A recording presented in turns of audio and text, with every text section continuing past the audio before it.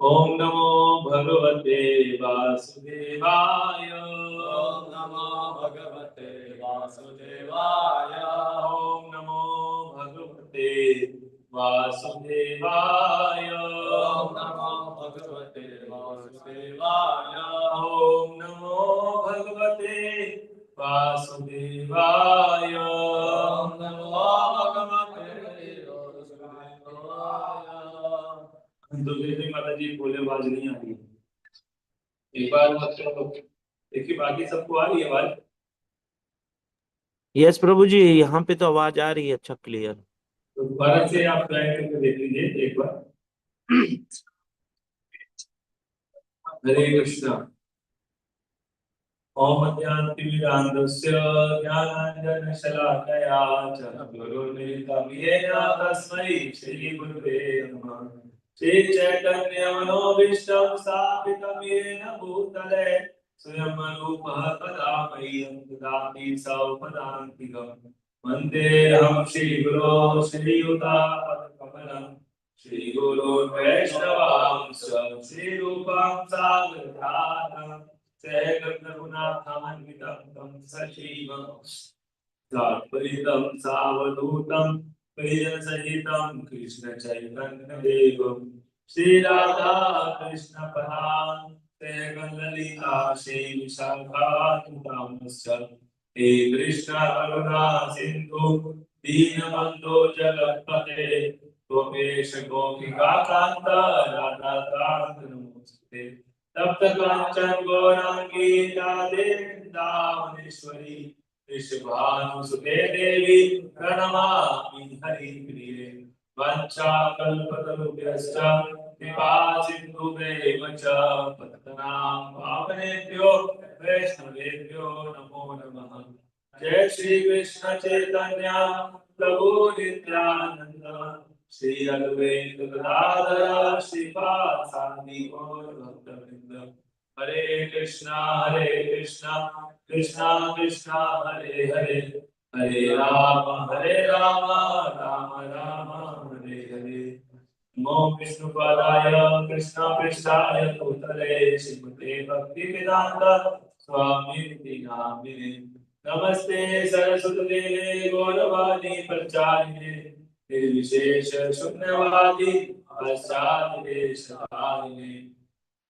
मुखं करोति वाचालं पंगुं लङ्घयते गिरिं यत्कृपातमहं वन्दे श्रीगुरुं दीनतारिणं परमानन्दमाधवं श्रीचैतन्यईश्वरं। हरे कृष्ण।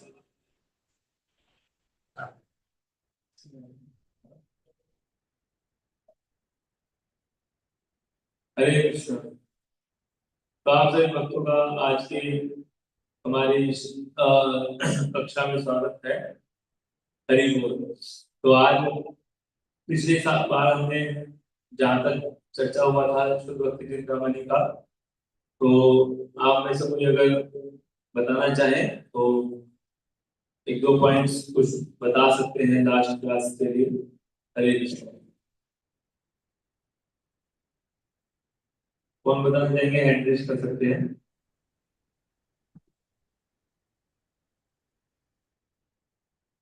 हरे कृष्ण।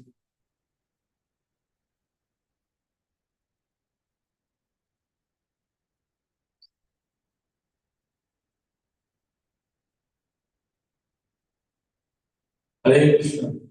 तो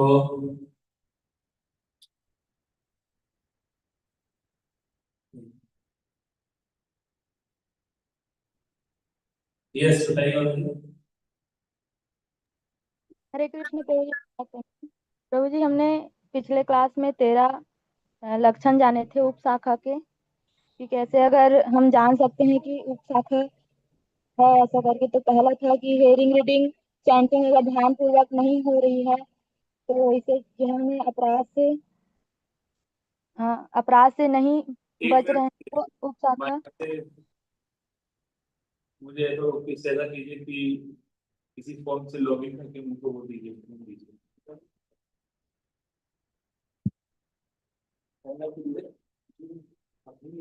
एक मिनट रुक जाइए। ये सर्किट में जुड़े हैं,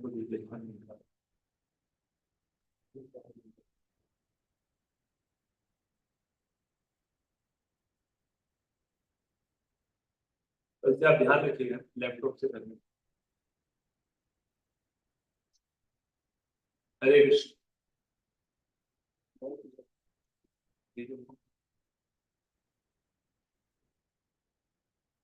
हाँ बोलिए अभी। प्रभु जी उप शाखा के बारे में जाना था 13 प्रकार के। तो पहला था कि हेयरिंग रीडिंग चैंटिंग में अगर ध्यान पूर्वक हम नहीं कर पा रहे हैं तो उप शाखा में हम पानी डाल रहे हैं, और इससे हमें बचने का प्रयास करना चाहिए। और दूसरा जो है मुक्ति के लिए हम होनी इच्छा आरामदायक जीवन उप शाखा वो भी योगी सिद्धि वाला जाना चाहिए कि कैसे जो है हमें मुक्ति के लिए हम प्रयास करेंगे और लोभी होंगे योगी सिद्धि ये सब के लिए। और तीसरा था कि चालाकी पूर्वक व्यवहार करेंगे, कपट करेंगे। और चौथा था कि अवैध संबंध। और पांचवा सहजी जिया सहजिया सस्ता लेना, मतलब भक्ति को हम सहजिया लेते हैं। और छठे है कि खुद की सिद्धि को प्रोत्साहन देते हैं। और कुल परंपरा कुल भेद ये सब हम करते हैं। और सातवां था कि 4 नियम हम तोड़ते हैं। आठवां था प्रभु जी की जन्म के आधार पर वैष्णव को देखते हैं कि जैसे वो इस कुल से आ रहे हैं तो ये छोटे वैष्णव ऐसे हम करते हैं, तो ये भी उप शाखा है। और नौवां था कि प्रभु जी भगवान कीर्तन को, मतलब जो भागवतम हम करते हैं, कीर्तन करते हैं, इसको हम व्यवसाय के रूप में ले लेते हैं। और 10वां था कि अपने आप को धनी बनाने का हम प्रयास करते हैं। और 11वां था कि एकांत में हम रहना प्रारंभ कर देते हैं, एकांत में जब करेंगे अब हरिदास अपने आप को हम समझने लग जाते हैं। और 11वां था कि वैष्णव को सस्ते में लेते हैं, कि हम वैष्णव को वैष्णव नहीं समझते हैं, उनको हम सस्ते में लेने लगते हैं। और 12वां था प्रतिष्ठा के लिए भौतिक लोगों से कॉम्प्रोमाइज कर लेते हैं, कि अगर कोई हमें कुछ दे रहा है खाने के लिए, हम अगर प्रचार में गए हैं और वो भोग नहीं लगा है तो भी हम कॉम्प्रोमाइज कर लेते हैं, हाँ हमें प्रचार कर रहे हैं तो हम ये खा सकते हैं ऐसा। तो ऐसा कर रहे हैं तो ये भी एक उप शाखा है। और 13 है प्रभु जी की कष्ट को कास्ट को सपोर्ट करते हैं, कि ये स्कूल से आया है तो मतलब हम भौतिक दृष्टिकोण रखते हैं 13वां। तो ये सब जो है हम उप शाखा जाने थे प्रभु जी। Thank you. हरे कृष्णा। साधु प्रणाम।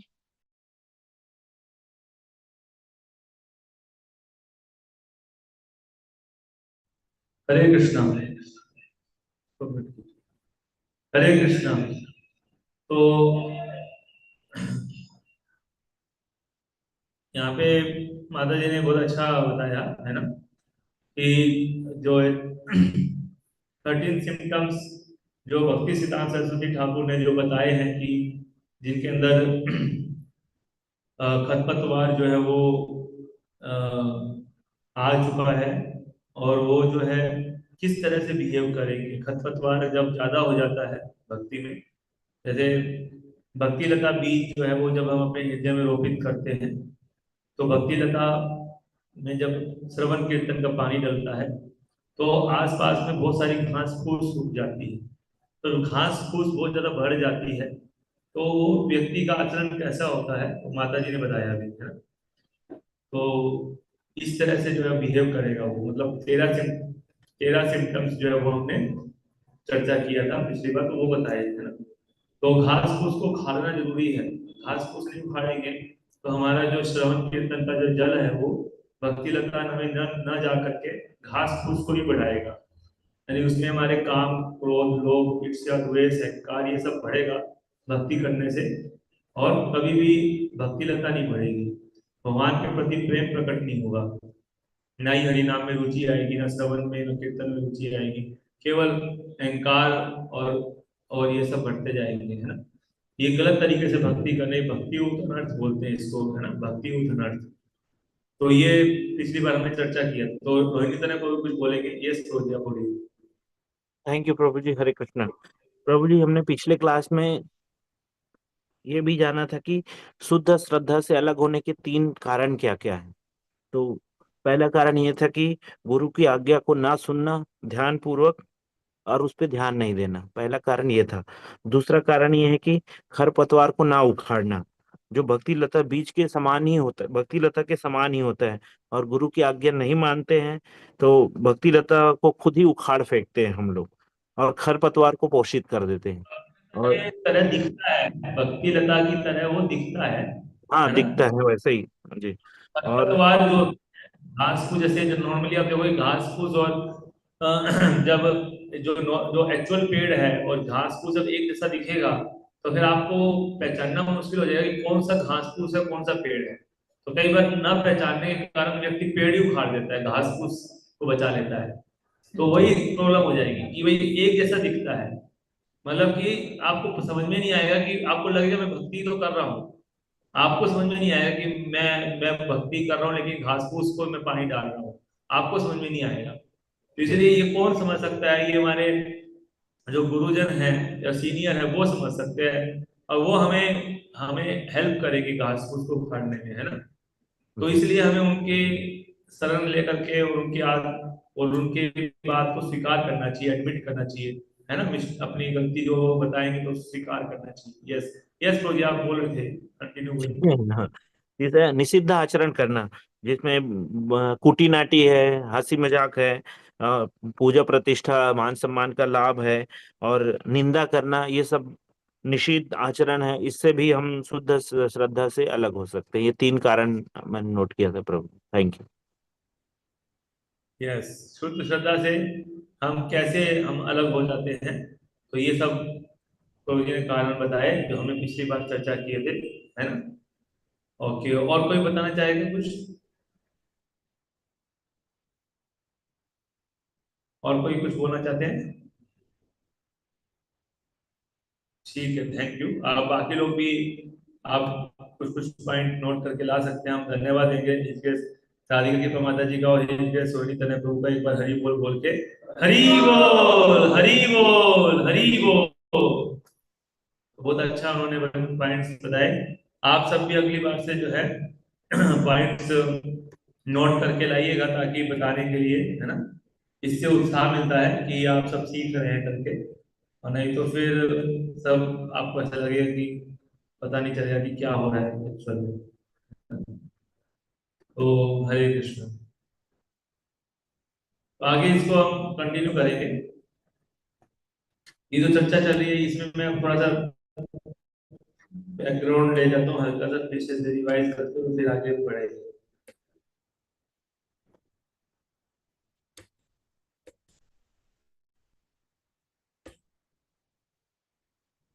तो यही,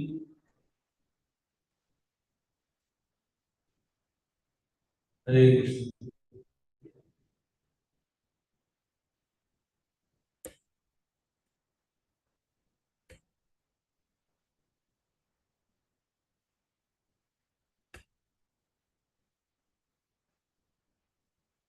तो ये हमने अ, चर्चा होता कि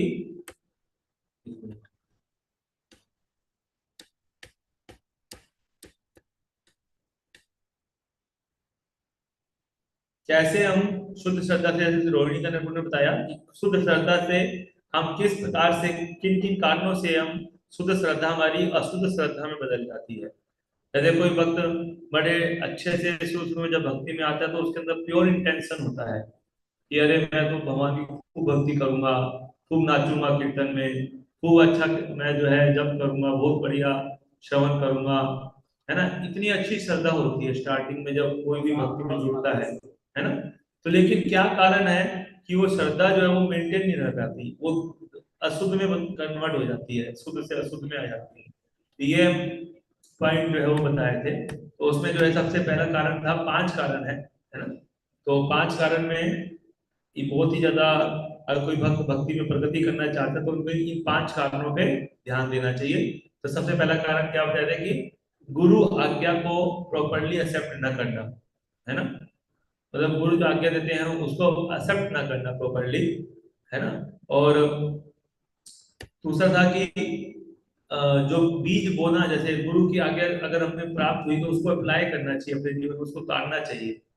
तो उसको नहीं नहीं उतारना, मतलब बीज ना बोना, हृदय के जो हृदय में जो प्लांट ना करना उस बीज को, है ना, रोपित ना करना। उसके बाद और उसमें पानी ना डालना उस बीज में, मतलब वो जो बीज डालते हैं उसमें पानी भी डालना जरूरी है। मतलब श्रवण कीर्तन में ढीला पड़ना, है ना। श्रवण कीर्तन में और रीडिंग हियरिंग में साधना में बहुत कमजोर होना, ये होता है तीसरा पॉइंट। की हो सकता है आपने गुरु आज्ञा भी ले लिया बढ़िया से, आपने रोपित भी कर दिया बीज को, लेकिन अब पानी नहीं डाल रहे तो सूख जाएगा, उसमें कभी पौधा नहीं निकलेगा। चौथा क्या था कि अनवांटेड क्रीपर यानी कि जो खरपतवार है उसको नहीं उखाड़ना, है ना, और खरपतवार में ही पानी डालना, है ना। और पांचवा क्या है कि अ, एक जैसे जो उसमें फेंसिंग लगा देते हैं ना, जैसे बकरी ना चढ़ जाए उस पौधे को, तो फेंसिंग लगा देते हैं, तो प्रॉपर एसोसिएशन से उसको फेंस ना करना और अपराधों से न बचाना उसको। जैसे अपराध जो है उसको हाथी माता बोला गया है कि पागल हाथी जब किसी उद्यान में प्रवेश करता है तो जड़ से पैर से कुचल देता है उसको, है ना। तो इन अपराधों से बचाना अपनी भक्ति लता को, ये पंखा चालू कर दिया, अपराधों से बचाना भक्ति लता को, है ना। ठीक है, तो ये जो है 5 कारण है जिससे कि हमारी भक्त शुद्ध श्रद्धा जो है वो अशुद्ध श्रद्धा में बदल जाती है। ठीक है, तो इसको ध्यान देना है। अब एक एक करके चर्चा कर रहे थे हम। तो not properly accepting the seed, मतलब एक्सेप्टिंग द सीड मतलब हम जो है प्रॉपर्ली एक्सेप्ट नहीं करते गुरु के इंस्ट्रक्शन को, है ना, और अपने मनमाने तरीके से भक्ति करना चाहते हैं, तो वो एक कारण है ना। तो पर्सनल मोटिवेशन के चक्कर में हम पड़ जाते हैं, अपने मोटिवेशन के चक्कर में। एज ए रिजल्ट जो भक्ति का बीज है वो अंकुरित नहीं होता है ना। गोपाल जी ने कहा है कि one who has not heard from, जिसने आध्यात्मिक रूप से अच्छे से श्रवण नहीं किया है वो, और जो नियम को फॉलो नहीं कर रहा है, तो वो कीर्तन कभी नहीं कर सकता, वो अच्छे से जब कभी नहीं कर पाएगा, है ना। उसके बाद इसलिए इम्प्रॉपर हियरिंग यानी गुरु के आगे गुरु के इंस्ट्रक्शन को इम्प्रॉपर तरीके से सुनना या नहीं सुनना सही से, इससे क्या होता है चैंटिंग भी हमारी इम्पोर्टेंट हो जाती है। इम्पोर्टेंट का मतलब है कि इम्पोर्टेंट का मतलब है कि जैसे जैसे कोई मतलब कोई सा रिजल्ट नहीं निकलेगा चैंटिंग का, है ना, श्रम के तरह हो जाएगा, श्रम एवं केवलम, समझ गए, इम्पोर्टेंट हो जाएगा चैंटिंग से ज्यादा भक्ति में प्रगति नहीं होगी उसमें, है ना। और हर हार्ट जो है वो प्योर डिवोशन से डिवोइड ऑफ प्योर डिवोशन हो जाए, मतलब हार्ट में शुद्ध भक्ति नहीं रहेगी फिर। उसके बाद हमने चर्चा किए थे कि भक्ति को ही कई बार उखाड़ देते हैं, है ना, जैसे अब भक्ति लता को ही उखाड़ देते हैं। तो जब कोई गुरु के इंस्ट्रक्शन को डिसोबे करता है ना, गिविंग अप रेगुलेटरी प्रिंसिपल मतलब नियमों को जब छोड़ देता है रेगुलेटरी प्रिंसिपल्स को, और अपने मनमाने तरीके से कोई अगर रहता है तो उसको हाथी माता की तरह अपराध की तरह इसको गिना गया है, जो कि भक्ति लता को उखाड़ देता है। जो मेन ब्रांच है ना, जो मेन हमारी भक्ति है तो उसी को उखाड़ देता है, उसको टुकड़ा टुकड़ा कर देता है। इस ऑफेंस को, ये ऑफेंस तब क्रिएट होता है जब कोई गुरु की आज्ञा का उल्लंघन करे, डिसोबे कर दे गुरु की आज्ञा को, है ना, तो ये तब होता है। तो as soon as one is deviated from this spiritual master instruction, जब जैसे कोई अगर गुरु के आगे को उल्लंघन करना शुरू करता है, डेविएट हो जाता है उससे, तो अप्रूटिंग होना शुरू हो जाती है भक्ति लता की, है ना, और सारे के सारे पत्ते जो है अल्टीमेटली क्या हो जाते हैं, सूख जाते हैं। चरितमृत से बताया गया ये, है ना। उसके बाद ग्रोथ ऑफ अनवांटेड क्रीपर और खरपतवार जो है वो बढ़ते हैं, है ना। जब भक्त ऐसे टॉपिक्स के बारे में सुनते हैं जो कि शुद्ध भक्ति से रहित है ना, तो अनवांटेड क्रीपर जो है वो तेजी से बढ़ते हैं एक्चुअली, है ना, खरपतवार। मतलब कि शुद्ध भक्ति से रहित होकर कोई और श्रवण करता है ना, ऑफेंसिव टू प्योर डिवोशन, जैसे फॉर एग्जांपल, है ना,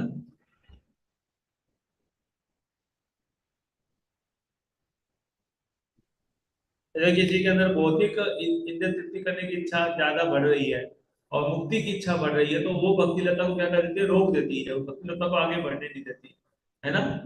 और इस तरह की क्रीपर जो है वो ये अ, जो हमें आगे अभी बताए ये बताएंगे कि कौन कौन से क्रीपर्स होते हैं ना।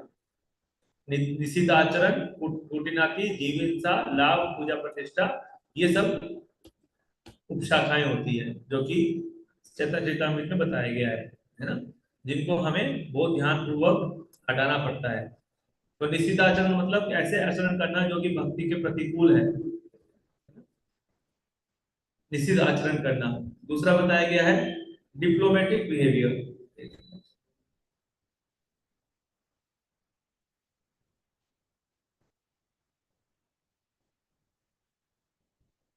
हाँ, दूसरा क्या है डिप्लोमेटिक मतलब कूटनीति करना, मतलब कूटनीति मतलब पॉलिटिक्स करना, मतलब एक की इधर की बात उधर, उधर की बात इधर, है ना, इसकी निंदा उसके सामने, उसकी निंदा इसके सामने, है ना, तो ये सब पॉलिटिक्स करना। इससे क्या होता है, ये भक्ति ये एक प्रकार की उपशाखा है ना।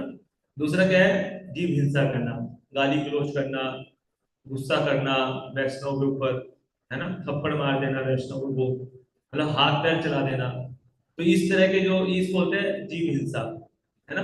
और चौथा क्या है मन भौतिक लाभ प्राप्त करने की इच्छा करना, भक्ति करते करते मेरे को क्या मिला, पैसा कितना मिलेगा, है ना, और कितना मेरे को जो है पूजा पूजा प्रतिष्ठा लाभ, है ना, मेरी पूजा हो रही है कि नहीं हो रही, माला पहनाया जा रहा है कि नहीं जा रहा है, और कितना मेरे को जो है पॉपुलर हो रहा हूँ मैं, मेरे को कितना यश मिल रहा है, मेरा नाम कितना हो रहा है। इस प्रकार की जो इच्छाएं है ये सब क्या है, ये सब खरपतवार है। उसके बाद भक्ति विनोद ठाकुर ने भक्ति सिद्धांत सरस्वती ठाकुर ने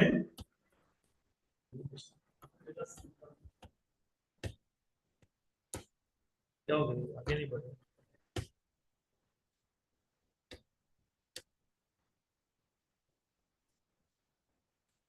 क्या हो गया? हाँ,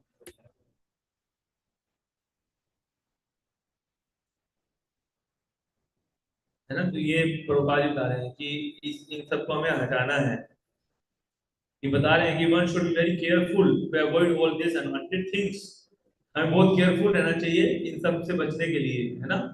और ये एकदम भक्ति लता की तरह ही दिखते हैं ये सब दिखने में, मतलब ऐसा लगता है कि हम भक्ति तो कर रहे हैं, हमें भक्ति लता की तरह ही दिखेगा ये सब, है ना।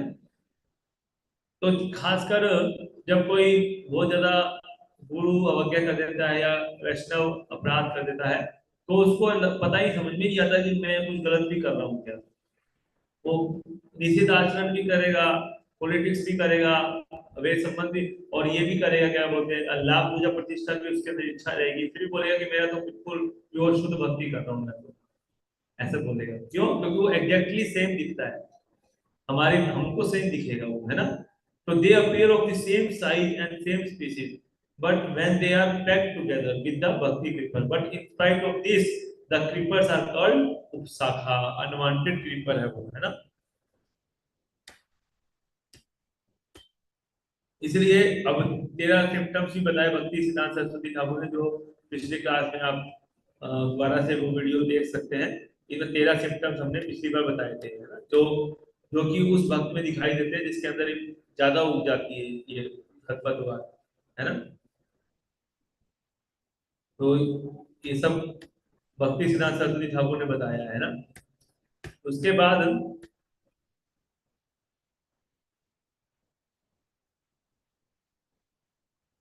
तो देखिए यहाँ बता रहे हैं the all these are the pitfalls of personal sense gratification. और वो भक्ति भी कर रहे हैं तो वो अपनी इज्जत तृप्ति के लिए कर रहे हैं भक्ति, है ना। Just to keep some innocent people, कुछ अज्ञानी जो लोग हैं उनको धोखा देता है ना। और one make show off advance spiritual life, अपने आप को बहुत एडवांस दिखाते हैं कि मैं बहुत एडवांस हूँ भक्ति में, है ना। और बिकम नोन एज साधु महात्मा, और अपना साधु महात्मा की तरह प्रेजेंट करता है। All this means that the so-called devotee has become victimized by all these unwanted creepers. तो ये सारी 13 के 13 सिम्टम लक्षण भी उसमें है, और फिर भी वो अपने आप क्या मानेगा, साधु मानेगा, है ना। तो इस प्रकार से होता है। तो इसमें इस सबको जानने से क्या फायदा है, हम ये क्यों चर्चा कर रहे हैं, पर्सनल एप्लीकेशन क्या है, हमें हमें समझ में आ जाएगा कि कौन कौन सी अनवांटेड हैबिट्स जो है वो होती है जिनको हमें उखाड़ना रहता है, ये हम सीख लेते हैं। और टीचिंग एप्लीकेशन ये है कि कोई अगर किसी के अंदर शुद्ध श्रद्धा जागृत करने का शुद्ध सौभाग्य प्राप्त नहीं हुआ है, तो ऐसे लोगों को हम हेल्प कर सकते हैं, और उनको भी हम जो है हेल्प कर सकते हैं बता करके कि भी तुम जो है शुद्ध श्रद्धा को विकसित करो, तुम खरपतवार को मत बढ़ाओ, अपनी खरपतवार को फाड़ो, है ना। जस्ट एज जैसे कॉमन लोगों को गोल्ड प्लेटेड जो ज्वेलरी सस्ती होती है मार्केट में, है ना, जो गोल्ड प्लेट कर देते हैं उसके ऊपर नकली ज्वेलरी गोल्ड की, वो सस्ती मिलती है ना। तो सॉलिड गोल्ड ज्वेलरी उसको प्राप्त नहीं हो पाती क्योंकि वो बहुत महंगी होती है। इसी तरह से जिन भक्तों की सुकृति बहुत छोटी होती है वो इनडायरेक्ट पाथ में चढ़ जाते हैं, भक्ति में इनडायरेक्ट पाथ फॉलो करते हैं, डायरेक्ट पाथ नहीं फॉलो कर पाते, यानी कि उनको शुद्ध श्रद्धा नहीं विकसित कर पाते, वो अशुद्ध की तरफ प्रवेश कर जाते हैं, क्योंकि उनकी सुकृति बहुत कम है ना, इसी कारण से। तो अब एक इफेक्टिव प्रीचर यहाँ तक चर्चा हो, अभी आगे बढ़ते हैं। इफेक्टिव प्रीचर कैसे डील करता है? जो लोग मान लीजिए अशुद्ध श्रद्धा के लोग, तो ज्यादातर लोग जितने भी आपके प्रचार करते हुए आएंगे सब तो अशुद्ध श्रद्धा वाले ही आएंगे, शुद्ध श्रद्धा वाले तो आने बहुत मुश्किल है, वो तो बहुत रेयर होते हैं एक्चुअली। तो कैसे आपको डीलिंग करना है वो अब चर्चा करेंगे। तो इसमें हो सकता है कि इनडायरेक्ट पाथ बहुत इंफीरियर है, लेकिन कृष्णा उसको रिकमेंड करते हैं कई बार। कृष्ण ने भगवत गीता में एक श्लोक बोला है ना, ना बुद्धि वेद जनियेद अज्ञान कर्म संगिना जोष्येत सर्व कर्माणि विद्वान युक्त समाचरण। क्या बोलते हैं कि जो व्यक्ति अज्ञानी है उनके मन को हमें कभी भी डिस्टर्ब नहीं करना चाहिए। जो लोग सकाम कर्म में लगे हुए हैं, जिनकी भौतिक इच्छाएं हैं, उनके मन को कभी डिस्टर्ब करके ये नहीं बोलना चाहिए अरे यार तुम कहाँ माया में हो, तुम क्या, ऐसे उनको डिस्टर्ब नहीं करना चाहिए, है ना।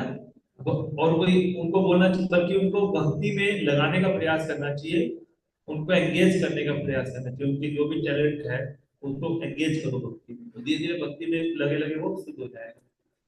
तो शुरू में हम उनको ये नहीं बोलना चाहिए अरे तुम कहाँ, तुम माया में फंसे हुए हो, ये वो तो वो फिर नेगेटिव हो जाएगा। इसलिए हमें उसको डायरेक्टली नहीं डिस्टर्ब नहीं करना है, बल्कि उसको एंगेज करना है सभी प्रकार की एक्टिविटीज में, है ना, ताकि उनकी भक्ति जो धीरे धीरे आगे बढ़ती रहे। प्रॉपर से प्रभुपाद जी कह रहे हैं विदेश सर्वे हमें विद्या, that is the end of all Vedic ritual, all rituals, all performances of sacrifices and everything that is put into the Vedas, including all direction for material activities, are meant for understanding Krishna, who is the ultimate goal of life. But because the conditions also do not know anything beyond sense gratification, they study the Vedas to that end. But through fruitive activities and sense gratification regulated by the Vedic rituals, one is gradually elevated to Krishna consciousness. तो ये बता रहे हैं कि ये बताया गया शास्त्रों में, भगवत गीता में, कि सारे वेदों का जो निष्कर्ष है वो है कृष्ण को जानना, है ना। तो कोई अगर यज्ञ भी करता है, जितना भी कुछ बताया गया है शास्त्रों में, वो उसका एक ही मतलब है कि कृष्ण को जानना, और जो कि जीवन के परम लक्ष्य है। क्योंकि भद्र जीव जो होते हैं वो केवल इंद्रिय तृप्ति में लगे रहते हैं, तो इसलिए वो वेदों को उस तरीके से समझने का प्रयास करते हैं ताकि मेरी इंद्रिय तृप्ति हो सके। लेकिन अगर कोई वेदों में जिस प्रकार से बताया गया है उसी प्रकार से अगर कोई फॉलो करता है, भले वो इंद्रिय तृप्ति का पाठ ही क्यों ना हो, तो भी वो धीरे धीरे कृष्ण भावना में प्रगति करेगा। ऐसा बता रहे हैं, धीरे धीरे कृष्ण भावना में तो प्रगति करता है ना। भले ही वो इंद्रिय तृप्ति देखने में इंद्रिय तृप्ति जैसा लगे, लेकिन फिर भी वो अगर वो वैदिक रिचुअल्स को फॉलो कर रहा है तो वो धीरे धीरे प्रगति करता है। जैसे फॉर एग्जाम्पल अगर कोई शिव जी की भक्ति शुद्ध मन से कर रहा है, शास्त्र में बताया गया तरीके से कर रहा है, देवताओं की पूजा शास्त्र में बताए गए तरीके से करता है, और कोई गलत कार्य नहीं करता, है ना, तो फिर वो धीरे धीरे कृष्ण कॉन्शियसनेस की तरफ बढ़ेगा। जैसे इस्कॉन में जितने ज्यादा भक्त आते हैं ना, सब देवी देवता, कोई शिव जी की भक्ति करती, कोई साईं बाबा की भक्ति, कोई अलग अलग देवी देवताओं के पास जाके फिर वो देवी देवताओं को कृष्ण के पास फॉरवर्ड करते हैं। क्यों? क्योंकि वो शास्त्रों के अनुसार उनकी भक्ति करते हैं, वो कोई भौतिक उनसे मतलब गलत आचरण नहीं रहता उनके अंदर, गलत तरीके से उल्लंघन नहीं करते उनके, है ना। तो धीरे धीरे ऐसे लोग जब कृष्ण भक्ति की तरफ मुड़ जाते हैं, मतलब ऐसा बताते हैं। तो कोई पढ़ना चाहेगा ऑनलाइन में से? ऑनलाइन में से कोई हैंड रेज कर सकता है, कोई पढ़ना चाहे? यस, तो पढ़िए। प्रभु जी थोड़ा लेटर्स बड़ा कर सकते हैं क्या?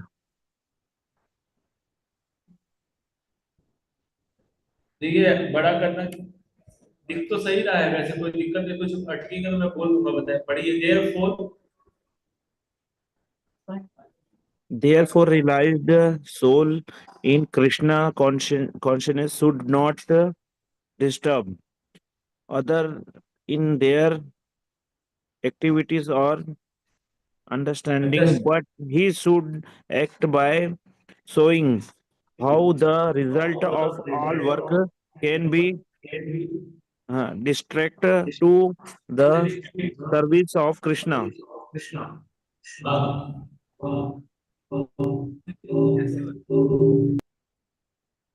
ये लगा ऐसी डिस्टर्ब क्यों हो रहा है? हरे कृष्ण। तो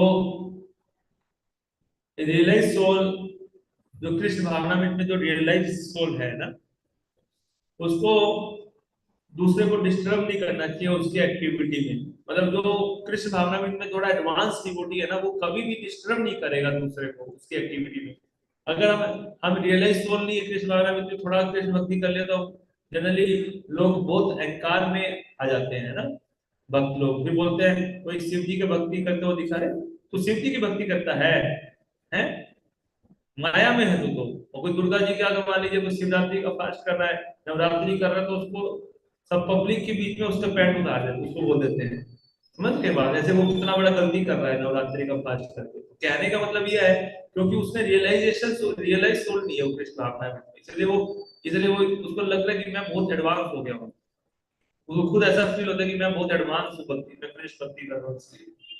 तो जो रियलाइज सोल है, जो सच में एडवांस होता है, वो कभी भी डिस्टर्ब नहीं करेगा दूसरे को उसकी एक्टिविटी में, समझ गए बात। और अंडरस्टैंडिंग में भी कभी उसको उसको बोलेगा, हाँ हाँ तुम नवरात्रे कर रहे हो, कितने अच्छे हैं आप। हजारों में कोई एक व्यक्ति इतना धार्मिक होता है, जनरली लोग तो इतने ज्यादा जो है नास्तिक टाइप के होते हैं, किसी में विश्वास नहीं करते। ऐसे उसको उसका फेथ बढ़ाएगा, उसको अच्छा फील कराएगा, समझ गए बात, कि आप कितना अच्छा कर रहे हैं, है ना। तो मैं अच्छा ओम नमः शिवाय का जप करता है, हाँ बहुत अच्छा कर रहे हैं, कितना अच्छा, आप शिव जी इतने महान वैष्णव है, उनका नाम ले रहे हैं आप, ऐसे बोलना चाहिए। हाँ ठीक है, आप ओम नमः शिवाय कीजिए, आप 16 माला कीजिए उसकी, लेकिन एक माला जो है हरे कृष्णा की भी कीजिए। ऐसे बोलेंगे तो वो हरे कृष्णा की माला भी चालू कर देगा, है ना। लेकिन अगर उसकी फेथ को तोड़ोगे, कल से ओम नमः शिवाय छोड़िए, हरे कृष्णा पे आइए, तो एकदम नेगेटिव हो जाएगा। अरे मेरा इतना, मेरे को शिव जी से इतना मेरे प्रिय है, और उनका नाम लेने से मना करता है, मुंह नहीं देखेगा दोबारा आपका जिंदगी में, समझ गए बात। तो ये सब समझना चाहिए हमको कि कैसे हमें लोगों से डीलिंग करना है। जो लोग अगर मान लीजिए प्योर फेथ में भी है, लेकिन हमें उनको डायरेक्ट डिस्टर्ब नहीं करना है। जो मैच्योर डिवोटीज हो जाते हैं, वो डिस्टर्ब नहीं करते उनको उनके अंडरस्टैंडिंग में या उनके एक्टिविटीज में, बल्कि वो इस प्रकार से आचरण करते हैं कि कैसे अपने आचरण से सिखाते हैं कि कैसे निस्वार्थ सेवा की जाए भगवान की। मतलब खुद इतने निस्वार्थी होते हैं और भगवान की सेवा करते, तो जनरली लोग उनके साथ आना चाहते हैं। अच्छा, वो देखे कि अरे प्रभु जी कितने अच्छा सेवा करते हैं, कितना बढ़िया सेवा करते हैं, प्रभु जी थोड़ा मुझे भी बताइए, मैं भी करूंगा सेवा, उसका ऐसा फील होता है, उसको और संग लेने का मन करेगा, यानी ये दूर नहीं भागेगा उससे। भले ही वो शिव जी को फॉलो करने वाला है, भले ही किसी को भी फॉलो करने वाला है, लेकिन फिर भी वो उस भक्त से अटैच हो जाएगा, वो उसका आचरण इतना अच्छा है, समझ गए बात। तो इस प्रकार से the learned Krishna conscious person may act in such a way, जो लर्नेड कृष्ण भावना में जो व्यक्ति भक्त होता है, वो इस प्रकार से एक्ट करता है that the ignorant person working for self gratification may learn how to act and how to behave. कि जो अज्ञानी व्यक्ति है, जो कि इंद्रिय तृप्ति के लिए कार्य कर रहा है, उसको समझ में आ जाता है देखने से, है ना। अपन आचरण प्रभु जीवन सिखाए, अपने आचरण से उसको सिखा देता है वो कि ऐसे बिहेव करना चाहिए, कैसे कार्य करना चाहिए। बोलने की जरूरत नहीं पड़ेगी, तो कहने की जरूरत नहीं पड़ेगी, खुद ही समझ जाएगा कि अरे मेरे को भी ऐसे करना चाहिए। समझ गए बात, उसको बोलने की जरूरत नहीं पड़ेगी।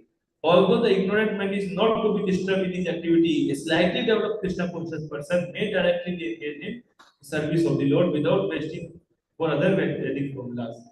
तो अगर कोई माने कि थोड़ा बहुत फिलोसफी समझना शुरू कर दिया है, तब हम उसको डायरेक्टली एंगेज कर सकते हैं कृष्ण भावना में, है ना। लेकिन कोई बिल्कुल नया है तो उसको हमें बहुत सेंसिटिवली डीलिंग करना चाहिए। तो थोड़ा बहुत अगर मान लीजिए स्लाइटली डेवलप हो गया है कृष्ण भावना में, तो उसको फिर हम सीधा भगवान की सेवा में लगा सकते हैं, डायरेक्टली एंगेज कर सकते हैं, है ना। और नहीं तो फिर उसको आप ज्यादा डायरेक्टली एंगेज नहीं कर सकते। अगर उसका फेल अगर मान लीजिए बहुत, तो धीरे धीरे उसको थोड़ा धीरे धीरे एंगेज कीजिए। पहले उसको प्रसाद खिलाइए, पहले उसको बढ़िया उसको बिठा के अच्छे से उसकी सुनिए फिलोसफी अच्छे से, उसको फिर उसकी सब तारीफ कीजिए बढ़िया से, जेन्युइन लगना चाहिए। और उसके बाद उसको प्रसाद खिलाइए, है ना। तो ऐसे धीरे धीरे धीरे धीरे उसका एंगेज कीजिए भक्ति। लेकिन कोई अगर थोड़ा एडवांस हो गया है, अब श्रवण कीर्तन भी कर रहा है, सब कर रहा है, रीडिंग या चैंटिंग कर रहा है, तो उसको फिर डायरेक्टली एंगेज कर सकते हैं कृष्ण। डायरेक्टली आप उसको किचन में कुकिंग में लगा सकते हो, बर्तन साफ करने के लिए बोल सकते हो, झाड़ू पोछा प्रसाद बांटने के लिए बोल सकते हो, डायरेक्ट कर। लेकिन अगर कोई मान लीजिए बिल्कुल नया है, तो उसको डायरेक्ट नहीं लगा सकते। हो सकता है कि वो बुरा मान जाए, अरे मेरे से तो झाड़ू पोछा करवा दिया है, मैं गया था मंदिर में, मेरे को झाड़ू पोछा करने के लिए बोल दिया, बताओ इतना बड़ा इंजीनियर हूँ, डॉक्टर हूँ, मेरे को झाड़ू पोछा भी लगा दिया। अच्छी बात, फिर डायरेक्टली एंगेज नहीं कर सकते उनको आप, समझ गए बात। जिनका फेथ अभी पक्का नहीं हुआ है, हमें बहुत मैच्योर तरीके से डीलिंग करना चाहिए, है ना, effective preacher. For this fortunate man there is no need to follow the Vedic rituals, है ना। मतलब बाकी जो ये जो भाग्यशाली व्यक्ति है, जो कि अगर उसका कृष्ण भावना में रुचि उत्पन्न हो रहा है, तो वो क्या है, बहुत भाग्यशाली है ना। Because by direct Krishna consciousness one can have all the results one would otherwise derive from following one's prescribed duties. Directly Krishna भावना में लगेगा तो उसको सब कुछ प्राप्त हो जाएगा, है ना। तो इस प्रकार से लगाना चाहिए। The Krishna himself does not begrudge those who pay lip service to the Vedic mantras, nor those who work for him only to quench their lust. Liberal and patient as the supersoul in their hearts, he cultivates and steadies the impure faith by which mentalists pursue their goals. तो भगवान भी एक श्लोक बोलते हैं भगवद गीता में, है ना। ये वाला श्लोक है 7 चैप्टर में। यो यो याम याम तमो भक्ता श्रद्धयार्चितुम् इच्छति तस्य तस्य चलाम श्रद्धा तम तामेव विद्धि धाम्यहम्। 7.21। इसमें क्या बताते हैं, भगवान कहते हैं कि मैं सबके हृदय में परमात्मा के रूप में हूँ, और जैसे ही कोई किसी देवी देवता की पूजा करने की इच्छा करता है, तो मैं उसके श्रद्धा को उस पर्टिकुलर देवता में स्थिर कर देता हूँ, भगवान कह रहे हैं। तो भगवान भी उससे गरज नहीं करते, अरे तू क्यों शिव जी के पास जा रहा है, क्यों तू दूसरे देवी देवता के पास जा रहा है, नहीं। भगवान कहते हैं मैं उसकी श्रद्धा को फिक्स कर देता हूँ उस पर्टिकुलर, ताकि उस पर्टिकुलर देवता की भक्ति कर सके, उस पर्टिकुलर देवता के पास वो रह सके, है ना। तो भगवान बहुत लिबरल है और पेशेंट है, धैर्य है उनके अंदर, बहुत लिबरल है भगवान। लिबरल मतलब, लिबरल क्या बोलेंगे हिंदी में, मतलब भगवान जब खुले खुले दिल के हैं। ये नहीं है कि यार जबरदस्ती मेरे को सब पूछने चाहिए, ऐसा नहीं है। भगवान कहते हैं हाँ ठीक है, तुम्हारी श्रद्धा किसी को तो उसमें उन्हीं के पास हो, कोई दिक्कत। बहुत लिबरल, भक्तों को भी इतना लिबरल होना चाहिए और उनको पेशेंट धैर्यवान होना चाहिए, जैसे भगवान है ना। और सुपर सोल की तरह है प्रत्येक के हृदय में, वो स्टडी और कल्टीवेट करते हैं ये प्योर फेथ को ही। उसका नहीं प्योर फेथ है, अशुद्ध श्रद्धा है, लेकिन उसी को ही स्टडी कर देते हैं, उसको ही क्या करते हैं, स्थिर कर देते हैं। तुम कोई बात नहीं, तुम इन्हीं की पूजा करो। तुम अच्छा तुमको पैसा चाहिए, शिव जी की सुंदर पत्नी चाहिए तुमको, शिव जी की पूजा करके, हाँ तुम करो, शिव जी की जरूर मिलेगी तुमको सुंदर पत्नी, है ना। मतलब ऐसे करके उनके फेथ को स्थिर कर देते हैं भगवान, ठीक है। तो ऐसे करके समझना चाहिए कि भगवान चाहते, भगवान किसी को डिस्टर्ब करना नहीं चाहते, भगवान ही जाने सब मेरे पास ही आए करते, है ना। तो भक्तों को भक्त चाहते हैं, लेकिन वो बड़े अच्छे से मैच्योर वे में उसको करना पड़ता है। But Krishna does more than just to steal the faith of materialist. He actually fulfill their desire. भगवान ये भी बोलते हैं कि भगवत गीता के अगले श्लोक में बताते हैं कि सतया श्रद्धयायुक्तस् तस्य आराधनमीयते लभते च तथा कामान् मयि विहितानितान्। कहते हैं कि वो श्रद्धा से समन्वित होकर जब वो पर्टिकुलर देवता की पूजा करता है तो वो उसको जो भी इच्छा उसकी पूर्ति होती है, लेकिन वो पूर्ति मेरे द्वारा होती है, देवता पूर्ति नहीं करते हैं। मतलब भगवान कहते हैं कि मैं फल देता हूँ, उसको जो चाहिए वो मैं देता हूँ, देवी देवता नहीं देते एक्चुअली। वही विहितानिता है ना। उसके बाद नेक्स्ट श्लोक में बताते हैं, ये 7 चैप्टर के लगातार है, ये 21, 22, 23 श्लोक है ना, 7 पॉइंट। उसके बताते हैं कि है ना मई विहितानितान। उसके बाद बताते हैं नेक्स्ट श्लोक में कि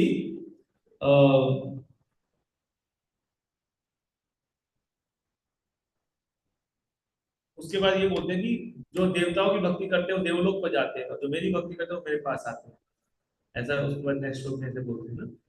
Why does Krishna reciprocate with the misplaced trust of foolish demigod worshippers who overlook the real goal of life? क्यों कृष्ण जो है रेसिप्रोकेट क्यों करते हैं ऐसे मूर्ख जो डेमिगॉड वर्शिपर्स होते हैं, उनको क्यों उनको मतलब भगवान जो है वो रेसिप्रोकेट करते हैं कृष्ण के साथ जो जीवन के लक्ष्य को भूले हुए हैं। So Krishna's purpose in speaking and propagating the Vedas is to instill some kind of faith in every type of person. Because trust in the Vedic system, even if that trust is not in the Lord, is better than no faith at all. तो कृष्णा का जो purpose है वेदा को बोलने का और propagate करने का, वो यही है कि वो कुछ किसी न किसी प्रकार का फेथ जो है हर एक व्यक्ति में आए, है ना। चाहे वो फेथ भगवान कृष्ण में नहीं हो करके किसी और में भी हो, लेकिन किसी न किसी में तो होना ही चाहिए, है ना। Thus directly or indirectly by following the spiritual injunction, people commit a path that ultimately leads to him. Indirectly और directly हर व्यक्ति जो है वो उसी रास्ते पे चलता है जिस जो कि अल्टीमेटली कृष्ण की तरफ जाता है, कि भगवान किसी न किसी तरीके से उसको अपनी तरफ अट्रैक्ट कर लेते हैं ना, धीरे धीरे स्लोली। तो अब यहाँ पे बता रहे हैं कि हाउ एन इफेक्टिव तो इस्कॉन्स डिवोटीज मस्ट देयरफॉर, यहाँ से आप पढ़िए इसको, पहला लाइन पढ़िए। हमारी क्या कहते हैं, तेज बोली द्रौपदी का तो आ जाएगी।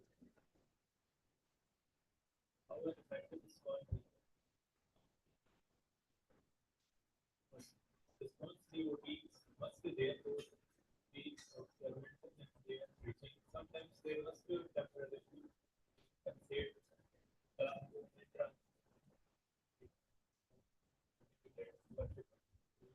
who cannot convert to this conditional devotees they accept अगर माइक का तो अरेंज कर लीजिए इतने आप। conditional devotees may accept divinity worship and chant his name and but their acceptance of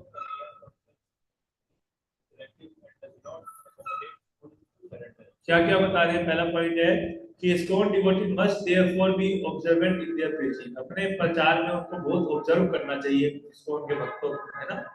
sometimes they must temporary concede to the inconsequence of motivated worshippers souls who cannot convert one overnight.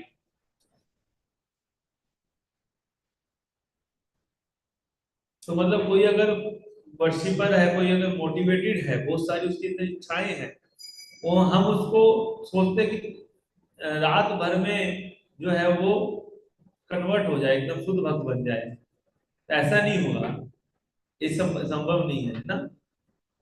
These conditions devotees may accept Krishna's divinity, worship him, chant his names, and even avoid certain sinful habits, but their acceptance of Krishna consciousness is selective and does not accommodate full surrender. कई सारे लोग होंगे, भक्त होंगे जो कि कृष्ण की divinity को स्वीकार करेंगे, कृष्ण भगवान है करके, उनकी पूजा भी करेंगे, उनके नाम भी जपेंगे और उनका लेकिन और कुछ सिंफुल हैबिट्स भी उनके अंदर नहीं होगी, मान लीजिए गलत पाप भी नहीं करेंगे, चार नाम नियम भी हो सकता है फॉलो करें, बट उनका कृष्ण भावनामृत जो है वो क्या है, सेलेक्टिव है उनका एक्सेप्टेंस, है ना। और उसमें फुल सरेंडर नहीं करेंगे कभी भी कृष्ण भावनामृत में, वो ऐसा नहीं कभी कि फुल सरेंडर वो नहीं करेंगे, है ना।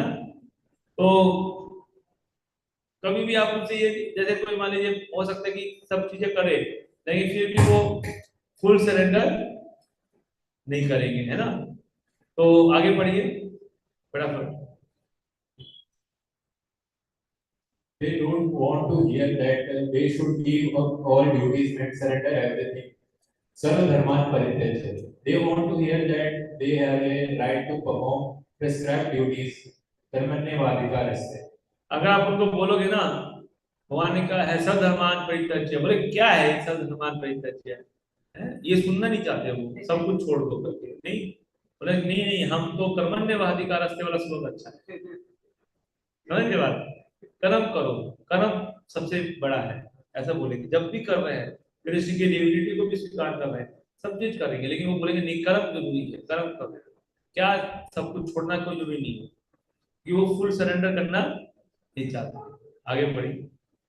This is the extent of their spiritual conviction and efforts to artificially accelerate their conviction often prove counterproductive. अगर आप this is the extent of, इतने कन्विक्शन उनके मैक्सिमम आ सकता है, अगर आप बहुत जल्द आर्टिफिशियली खींचने का प्रयास करोगे ना तो छोड़ के ही मत चला जाएगा, आर्टिफिशियली उसको बोलोगे अरे तुम नौकरी को छोड़ के सब कुछ छोड़ के ब्रह्मचारी बन जाओ, तुम्हें जो है फुल टाइम सेवा करनी चाहिए, सब कुछ छोड़ के भगवान, तो वो एकदम क्या तो भाग ही जाएगा वो छोड़ के, वो बोलेगा कि ये तो फेनेटिक लोग हैं, सब कुछ छुड़वाना चाहते हैं, है ना।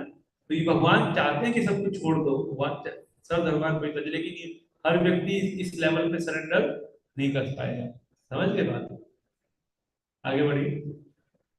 Therefore, pressed too hard, materialistic devotee often withdraw from service to ISKCON or give up Kanaya consciousness Krishna altogether. Consciousness all together. तो अगर तो अगर बहुत ज्यादा प्रेस करेंगे, हार्ड प्रेस करेंगे, तो मटेरियलिस्टिक डिवोटी जो भौतिकतावादी भक्त है ना, वो क्या करेगा, इस्कॉन से ही आना बंद कर देगा, पूर्ण रूप से बंद कर देगा कृष्ण भगवान को, है ना। ज्यादा प्रयास करो तो कि अरे इसको जो करना है उसको करने दीजिए और उनको माला भी करने दीजिए भाई, उनका फुल सरेंडर नहीं हो सकता, इसको करना चाहिए, फुल सरेंडर होना इतना आसान काम नहीं है, समझ गए बात। बहुत भाग्यशाली होते हैं जिनका फुल सरेंडर होता है। आगे They may then become demigod worshippers or adopt a religion that demands less of them. A religion with its sights more on this world than on the next. तो वो फिर डेमिगॉड वर्शिपर बन जाएंगे, कृष्ण मतलब ज्यादा प्रेस हार्ड प्रेस करोगे तो फिर वो इसको छोड़ के कोई और संस्था ज्वाइन कर लेगी, और उसके बाद ऐसे रिलीजन में जाएंगे जहाँ पे इतना ज्यादा डिमांड नहीं है ना। तो है ना, मतलब वो ऐसे रिलीजन फॉलो करेंगे जिसमें इस जीवन के बाद अगले जन्म के बारे में कोई चर्चा नहीं होती, इसी जीवन में बढ़िया से रहने की बात चलेगी, भैया भाई पैसा कैसे मिलेगा, संपत्ति कैसे मिलेगी, आरामदायक जीवन, रोग ठीक हो जाए, सुख संपत्ति का रहावे, कष्ट के तन का जय जगदीश हरे, वो अच्छा लगेगा उनको, तो ये अच्छा है। ये क्या है, इस्कॉन वाले जबरदस्ती जो चार नियम ये वो अरे क्या क्या हमको फोर्स करते रहते हैं ना, तो ऐसे वो विड्रॉ कर देंगे फिर वहां से, इसलिए हमें तुरंत ये जो है हमें मानना, ये नहीं करना चाहिए कि तुरंत व्यक्ति जो डायरेक्टली सबको सरेंडर कर दे, नहीं ऐसा नहीं होगा, इसलिए बहुत ग्रेजुअली, बहुत ज्यादा उसको बहुत पोलाइटली, बहुत ज्यादा मैच्योरली जो है हमको डील करना चाहिए उन लोगों के साथ, सबके साथ, है ना। हरे कृष्ण। तो अभी ये यहाँ पे ये कंप्लीट हुआ है, अभी नेक्स्ट टॉपिक पे हम आएंगे जिसको बोलते हैं प्रकृति के गुण, तीन गुणों का क्या हमारे भक्तों की भक्ति में जीवन पे प्रभाव पड़ता है, इसके ऊपर चर्चा करेंगे, है ना। Effects of mode.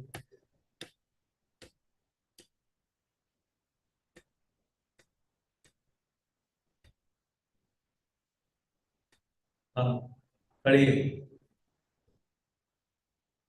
in understanding the semblance of faith, it is important to recognize how the all-pervading modes of material nature influence the creeper of devotee. अगर आप हाँ, अगर आप सेम्बलेंस ऑफ फेथ को समझ रहे हो, यानी कि जब आप अशुद्ध श्रद्धा को अगर आप समझने का प्रयास कर रहे हैं, तो ये भी समझना जरूरी है कि प्रकृति के तीनों गुणों का कैसे प्रभाव पड़ता है भक्ति की लता के ऊपर। भक्ति लता जो है वो प्रकृति गुणों का कैसे प्रभाव पड़ता है ना। ये श्लोक है, इसका ट्रांसलेशन पढ़ सकते हैं, भागवतम में 11th canto। Yes, Faith directed toward the spiritual life is in the mode of goodness. Faith rooted in fruitive work is in the mode of passion. Faith residing in irreligious activities is in the mode of ignorance. But faith in my devotional service is purely transcendental. हाँ, तो जो श्रद्धा आध्यात्मिक जीवन के प्रति होती है वो सत्वगुण में होती है। जो श्रद्धा सकाम कर्म में होती है वो रजोगुणी श्रद्धा है। और जो श्रद्धा रिलीजियस एक्टिविटी में होती है, यानी कि जो आध्यात्मिक जो कार्यकलाप होते हैं उसमें जो श्रद्धा होती है वो श्रद्धा कैसे है, तमोगुणी है। जैसे कि जो की श्रद्धा होती है सब तन से जुदा करने की, समझ के बाद रिलीजियस एक्टिविटी है ना। तो बहुत सारे अलग अलग प्रकार की श्रद्धाएं होती है लोगों के ना, मतलब काफिरों को मानना है, ये सब टाइप का है ना। तो एकदम मतलब हिंसा करना, ये करना, इलीजियस एक्टिविटी करना, ये सब जो श्रद्धा है ये तमोगुणी श्रद्धा है, समझ गए। जो श्रद्धा सकाम कर्म में होती है वो बहुत ज्यादा श्रद्धा है, कर्म ही पूजा है, कर्म करो बस यही सब कुछ है, पैसा कमाओ है ना, इंद्र तृप्ति करो है ना, ये रजोगुणी श्रद्धा। और जो आध्यात्मिक जीवन के प्रति श्रद्धा है वो सतोगुणी। और जो भक्ति में जो श्रद्धा रहती है दैट इज तीन गुणों से ऊपर, तीनों गुणों से परे, प्योरली ट्रांसेंडेंटल होती है, शुद्ध सत्व में होती है। तो भक्ति की जिसमें जो श्रद्धा रहती है ना, तो जो फर्स्ट श्रद्धा है आध्यात्मिक जीवन के प्रति वो मतलब जैसे कोई अगर अदर देवी देवताओं की भी अगर पूजा कर रहा है ना, जैसे कोई शाक्त है या फिर कोई अगर क्या बोलते हैं उसको शैव है, शैव शाक्त, ये सब भी सतोगुणी हो सकते हैं क्योंकि श्रद्धा है शिव जी में, देवी दुर्गा में, अलग अलग देवताओं में, तो वो सतोगुणी। लेकिन जो भगवान की भक्ति में जो श्रद्धा है दैट इज सत्सुद सत्व है, purely transcendental.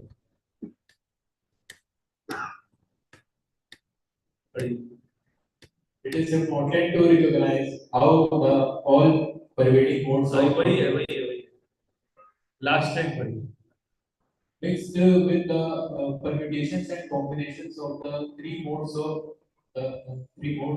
the semblance of faith are innumerable. devotees desiring to fully understand the subject should know now how the modes influence faith.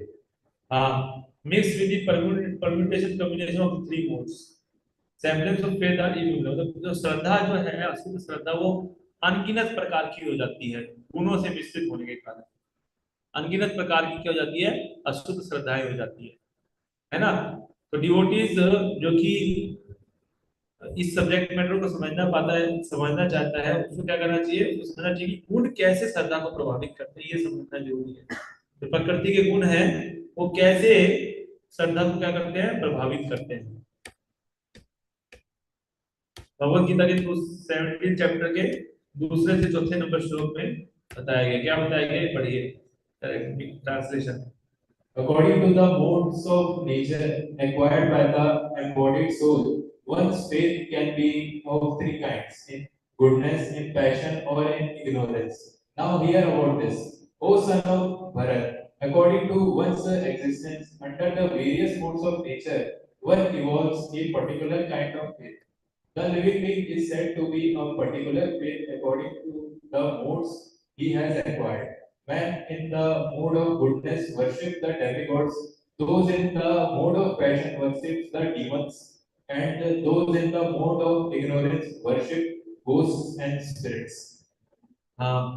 According to mode of nature, कि प्रकृति के गुणों के अनुसार जो है जो बद्धजीव है उनकी तीन प्रकार की श्रद्धा हो सकती है, जैसे एक तो सत्वगुण, रजगुण और तमोगुण।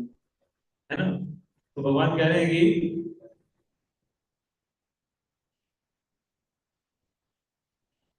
हाँ, तो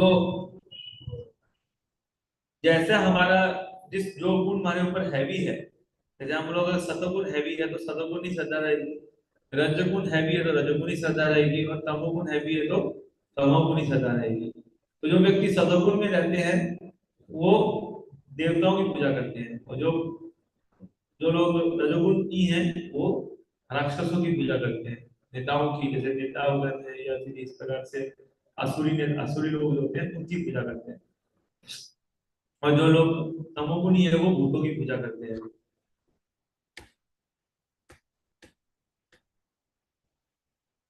तो यस, पढ़िए।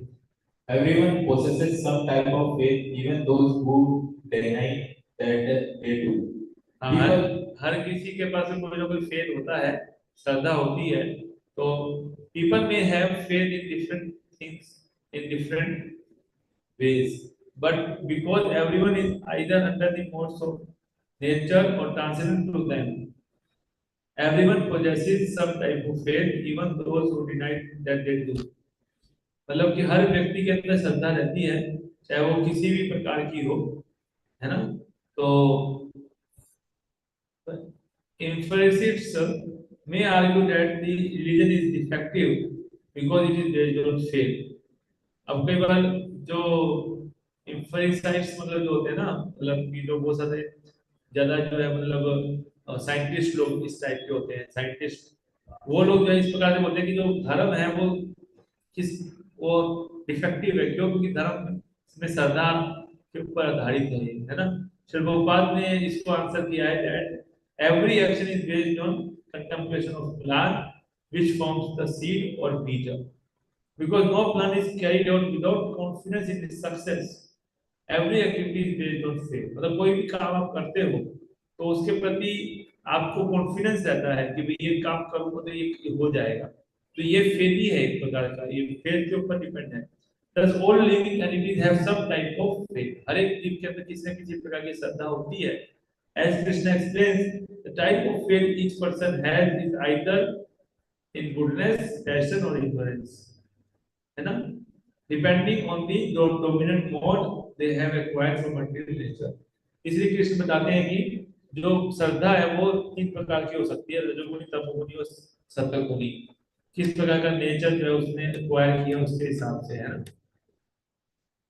तो अब ये पूछ रहे हैं कि क्यों जो है वैष्णव का जो फेद है, श्रद्धा है, वो गुणों से कैसे प्रभावित हो जाती है, कैसे वैष्णव लोग भी जो है गुणों के चक्कर में पड़ जाते हैं, रजोगुण तमोगुण के चक्कर में पड़ जाते हैं। श्रीमद् भागवतम में बताया गया ये क्या, बड़ी ओ नोबल लेडी, बड़ी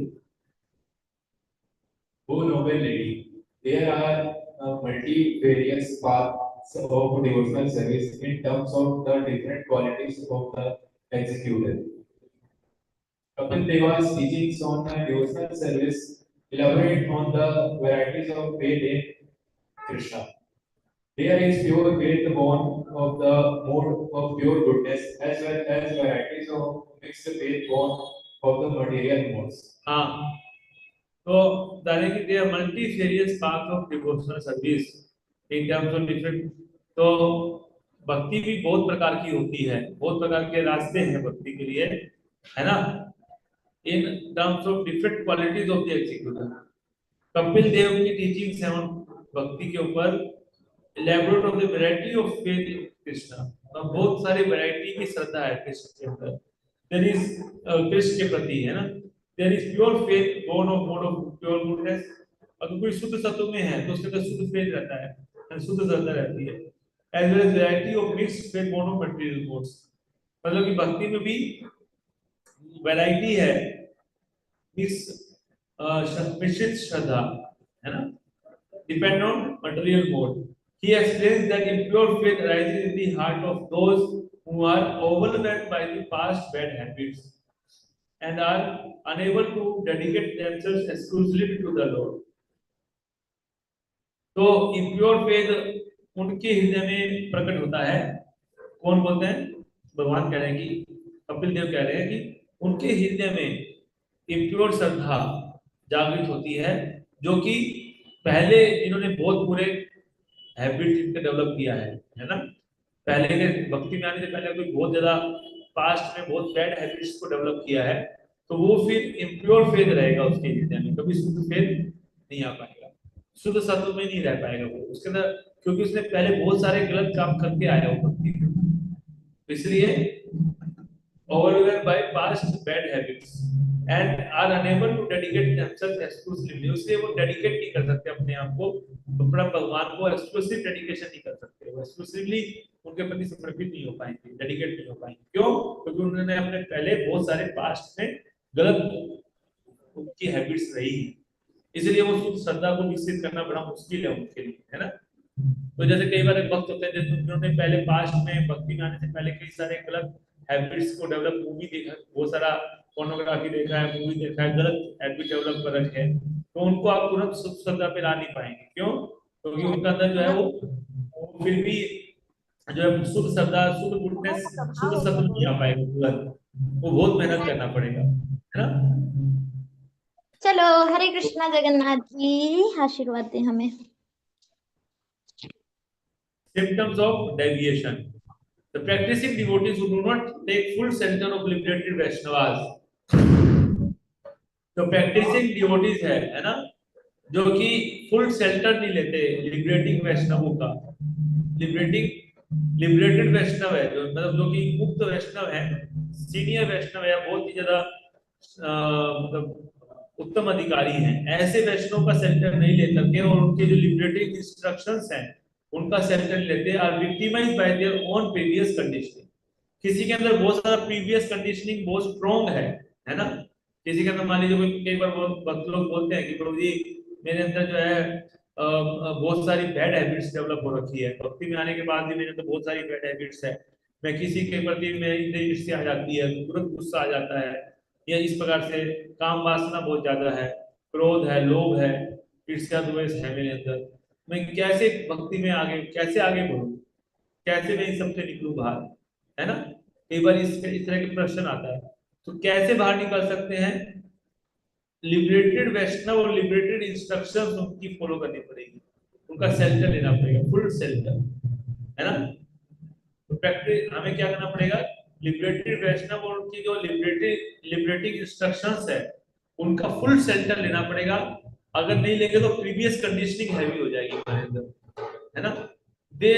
then this come to their lower nature, फिर लोअर नेचर में आ जाएंगे वो फिर, अगर वो फुल शेल्टर नहीं लेंगे ऐसे वैष्णवों का जो कि लिबरेटेड वैष्णव है और उनके इंस्ट्रक्शंस का, तो वो अपने लोअर नेचर जो है उनका सामने आ जाएगा फिर से, है ना। rather than the mercy of pure Vaishnavas dominating the development of their faith, such things as the result of offenses, यहाँ पे क्या चल रहा है?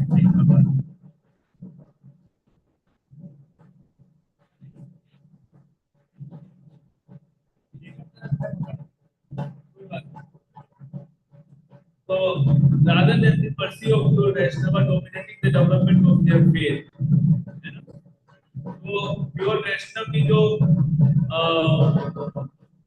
कृपा है जो कि उनके फेथ को डोमिनेट करने की बजाय, है ना, such things as the result of offenses, thrust for the impermanent and the weakness of heart infiltrate.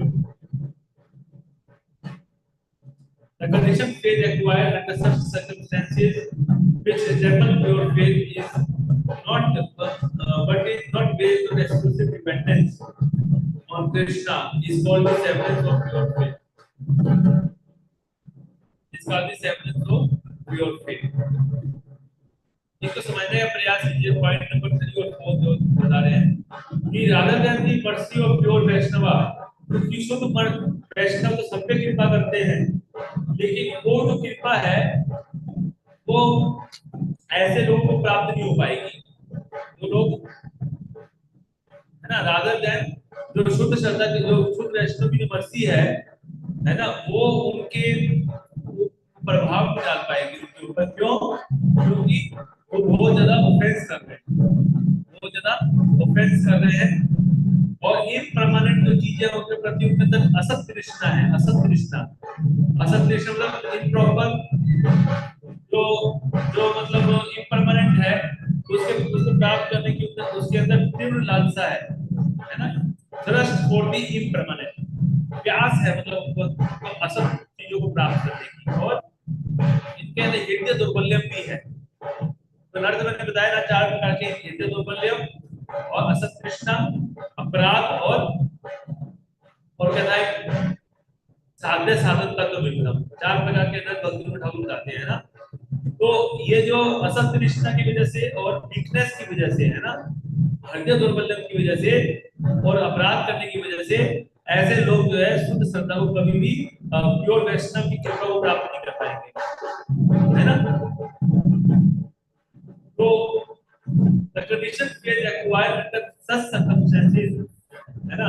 तो इस प्रकार का जो बद आत्मा का जो इस प्रकार का जो भेद है, इस प्रकार का जो उसके अंदर श्रद्धा है ना, ये कृष्ण के ऊपर डिपेंडेंस कभी नहीं दिखा पाएंगे। ऐसे भक्त कभी भी कृष्ण के ऊपर डिपेंडेंट नहीं हो पाएंगे, है ना। और हमेशा उनकी श्रद्धा क्या रहेगी, अशुद्ध रहेगी। क्यों?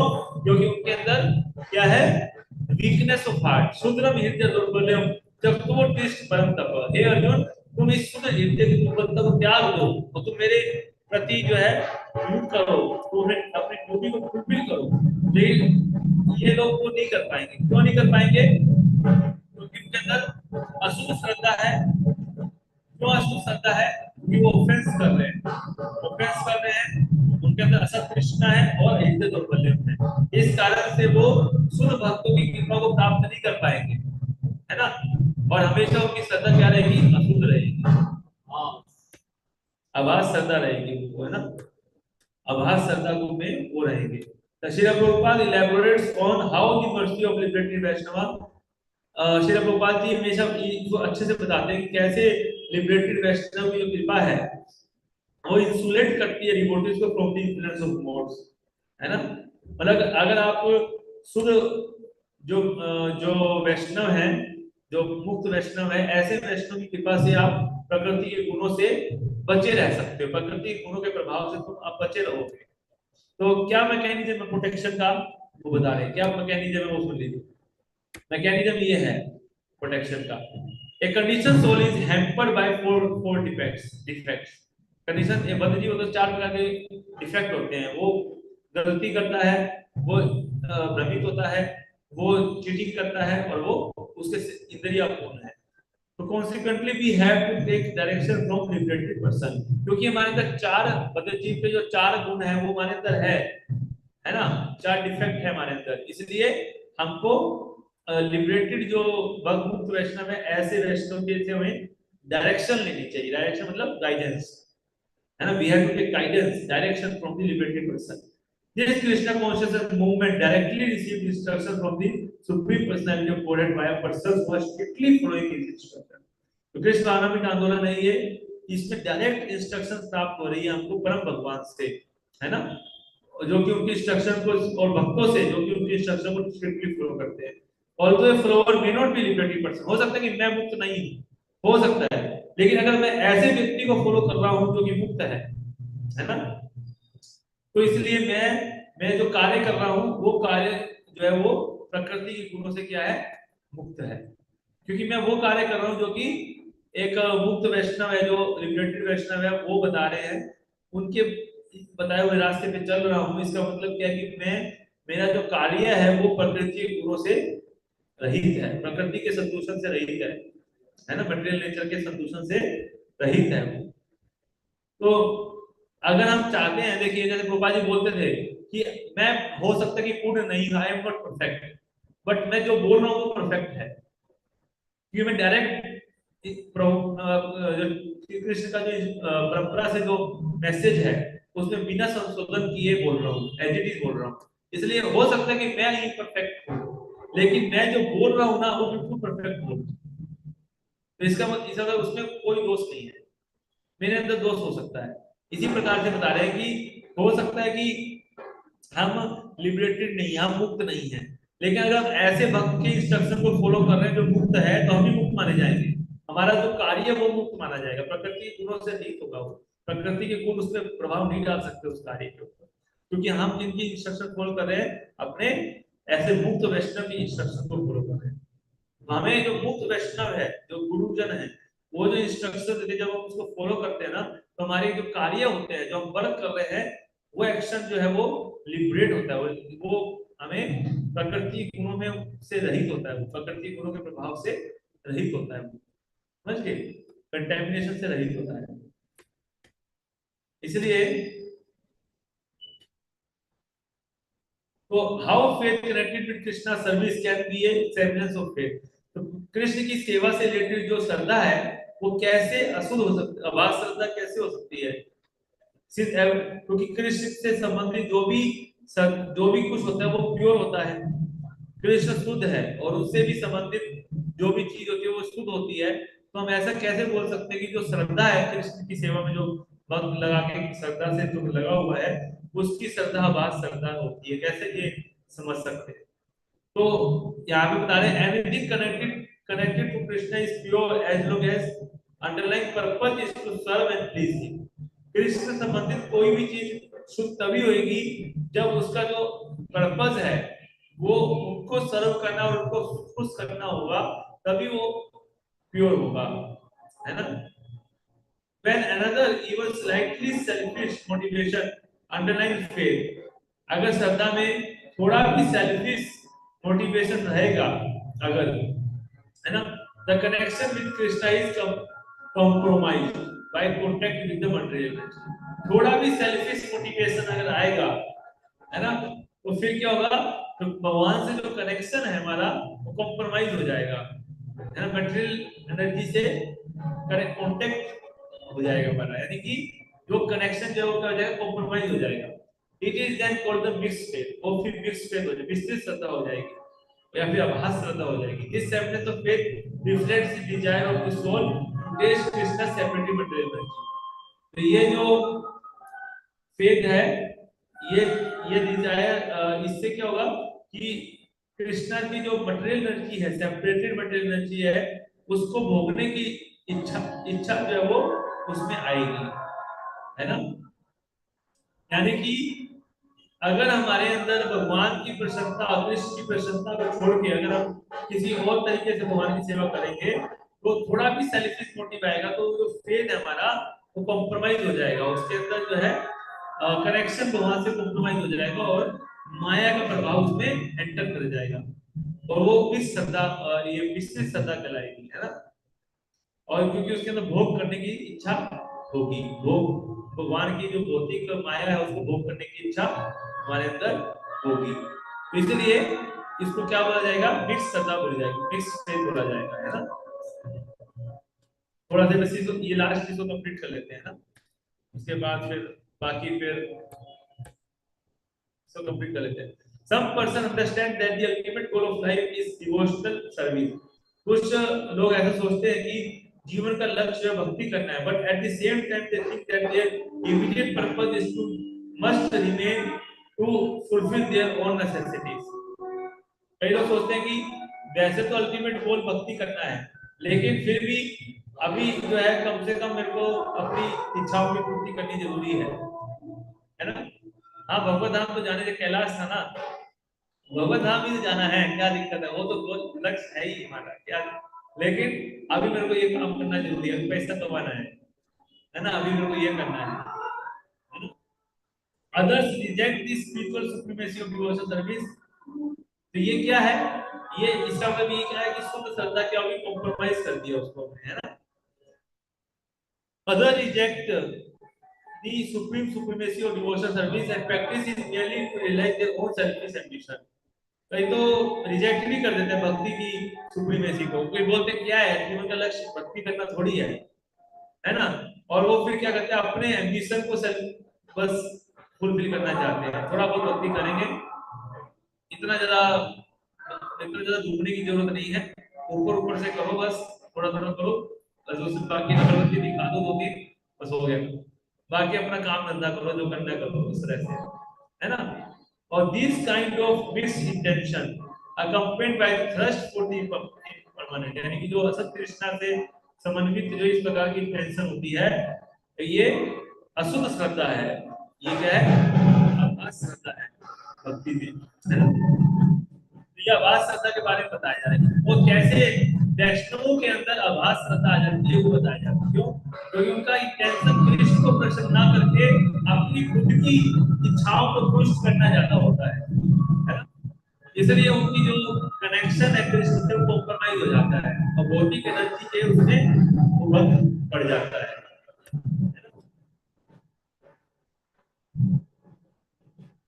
तो इसको अगली बार बताऊंगा, है ना?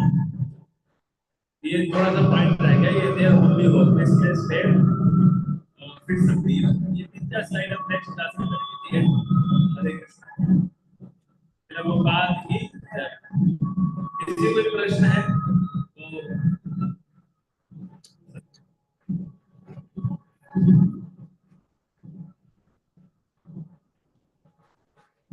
किसी कोई प्रश्न है?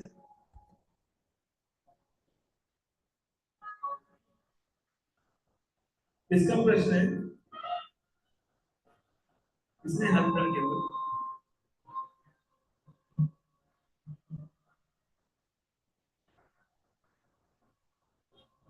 चलिए ठीक है, थैंक यू सो मच। हरे कृष्ण। जगत गुरु श्री प्रभुपाद की